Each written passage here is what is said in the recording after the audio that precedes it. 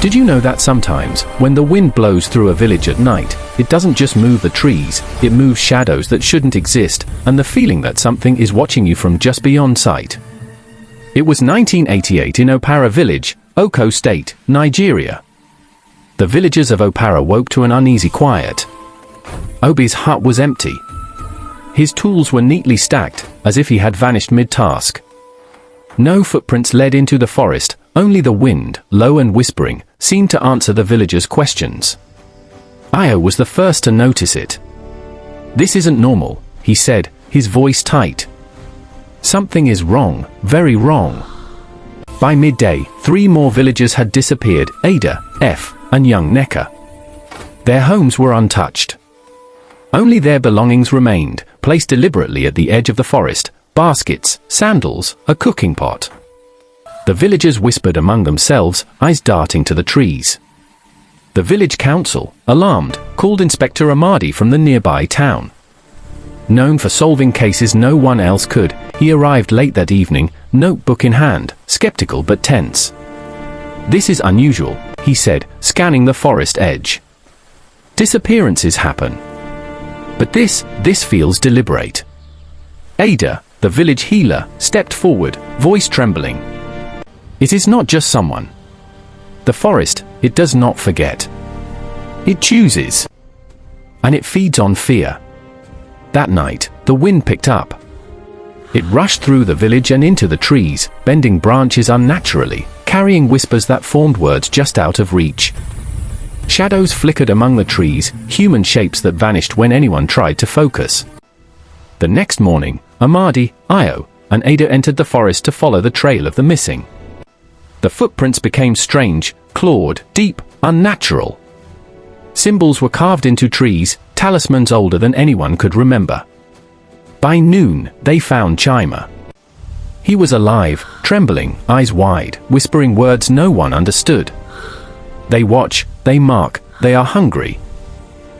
The wind swirled around them, pressing against their faces and minds. Every snapped twig sounded deliberate, every rustle a warning.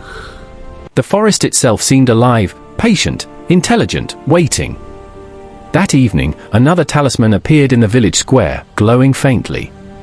Villagers whispered, "It is beginning. They are choosing again." Ayo, Ada, and Inspector Amadi knew then there was no turning back. Something ancient had awakened in Opara, and it would not stop until it had claimed what it wanted. That night, the wind howled through Opara like a living thing. Windows rattled. Animals in the village screamed. Ayo huddled near his hut, eyes fixed on the forest edge. "They're coming again," Ada whispered, clutching a small charm to her chest. By midnight, screams echoed from the trees. Not 1, but 2 more villagers had vanished, Obi's brother, Ikena, and Ada's apprentice, Hugo. Their belongings were left behind, carefully arranged, almost as if the forest wanted the village to see, to feel the fear. Inspector Amadi took notes, pacing the square. Patterns, the disappearances follow the wind, almost like it's drawing them into the forest. And the talismans, someone, or something, is placing them deliberately. Ayo's stomach twisted. The wind, it's alive. I felt it before, brushing against me, like fingers trying to pull me in. The following morning, Ayo, Ada, and Amadi entered the forest again. The deeper they went, the darker it became. The wind twisted violently through the trees, carrying whispers, some faint, some loud. "They are yours, they are ours, choose." The footprints were worse now, deeper, wider, clawed, impossible. Talismans carved into trees and stones glowed faintly, pulsing in rhythm with the wind. Shadows moved independently, sometimes ahead, sometimes behind. Ayo swore he saw Neka's figure, pale and motionless, standing silently in the fog, then vanish when he blinked. By noon, they found Chima again, wandering blindly in a clearing, muttering. "They mark, the forest takes, we are theirs." Ada stepped forward, holding herbs and charms, chanting softly. The wind shrieked in response, swirling around the trio, lifting leaves and branches as if alive. The forest itself resisted them. Amadi's notebook was full of sketches, talisman symbols, and frantic notes. "This is bigger than we imagined," he muttered. "Someone is using the forest, controlling it, and we're barely scratching the surface." That evening, the villagers gathered at the square. Another talisman had appeared, glowing faintly in the wind. Panic spread. Murmurs, "It is choosing again. Who will disappear next?" Ayo looked at the village. Fear had begun to turn them against each other. Whispers about betrayal, old grudges, and cursed families grew louder. Even friends eyed one another suspiciously. The forest wasn't just taking, it was infecting the minds of the living. Ada's voice broke through the fear. "We must act. Tonight. We follow the trail. We find the source, or the village will be lost." Amadi nodded grimly. "Whatever controls this, it's patient. It's intelligent. And it knows fear when it sees it." The wind howled louder, as if in reply, circling the village, twisting around the huts, alive, watching, waiting. Ayo clenched his fists. "Then we enter it. The forest. Tonight. No hesitation." Ada and Amadi followed him, stepping toward the shadows. The wind seemed to part reluctantly, granting passage, but only barely. They all felt it, eyes on their backs, whispers in their heads, the forest itself testing them. Night had fallen over Opara, and the wind was no longer gentle. It tore through the trees like claws, bending branches in impossible angles.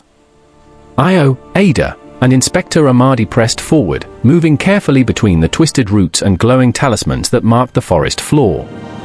The further they went, the louder the whispers became, many voices, overlapping, some familiar, some alien. They weren't just hearing voices, they were feeling them inside their heads, pressing on their thoughts, testing their resolve. Suddenly, a scream pierced the night. They froze. It came from a small clearing, where the shadows moved unnaturally, stretching toward the sky. In the center stood young Neka, her eyes blank, lips moving but no sound emerging. As they approached, the wind swirled violently, forming shapes, twisted, human-like figures, that lunged at them, only to vanish when they raised their torches. "Step carefully," Amadi warned. "The forest isn't just alive, it's hunting." Ayo's heart raced. "It's marking them," he muttered. "Each person taken, each talisman, it's all connected." They followed the faint glow of the central talisman deeper into the forest. Another scream echoed, this time F, standing motionless among the trees, trembling, eyes glowing faintly. He raised a hand, pointing ahead, whispering, "They are waiting for all of you." Ada stepped forward, chanting softly, herbs in hand, trying to shield the group. The wind reacted violently, wrapping around them, hurling leaves and branches as if the forest itself were trying to drive them back. Ada chanted louder, waving her herbs, creating a temporary shield. The wind screamed around them, carrying whispers of the forest's hunger. Amadi pulled out his notebook, frantically sketching the talismans, looking for the pattern that could sever the control. Ayo realized something, the talismans weren't just magical. They formed a circuit, connecting the missing villagers to the central figure. Break the central talisman, and maybe they could free everyone. With a deep breath, Ayo charged. The shadows lunged. The wind slammed into them, deafening, almost physical, twisting limbs and hair. He swung a thick branch at the central talisman. It cracked. A pulse of energy exploded outward, knocking everyone to the ground. The shadows screamed and dissolved. The wind faltered, the whispers silenced, and the villagers collapsed, free from the trance. But the cloaked figure did not vanish. It retreated slowly into the darkest part of the forest, voice echoing, "You have delayed me, but I am patient. The forest remembers. And it will wait." Ayo helped Chima and Neka to their feet. Ada checked the others, relief washing over her, but her eyes never left the dark line of trees where the figure had vanished. Amadi nodded grimly. "We've stopped it for now. But this forest, it's far from defeated." The wind sighed through the clearing, soft now, almost gentle, but carrying a warning, the forest is alive. It waits. And it never forgets. This is where casual viewers stop, and insiders subscribe, like and comment to encourage.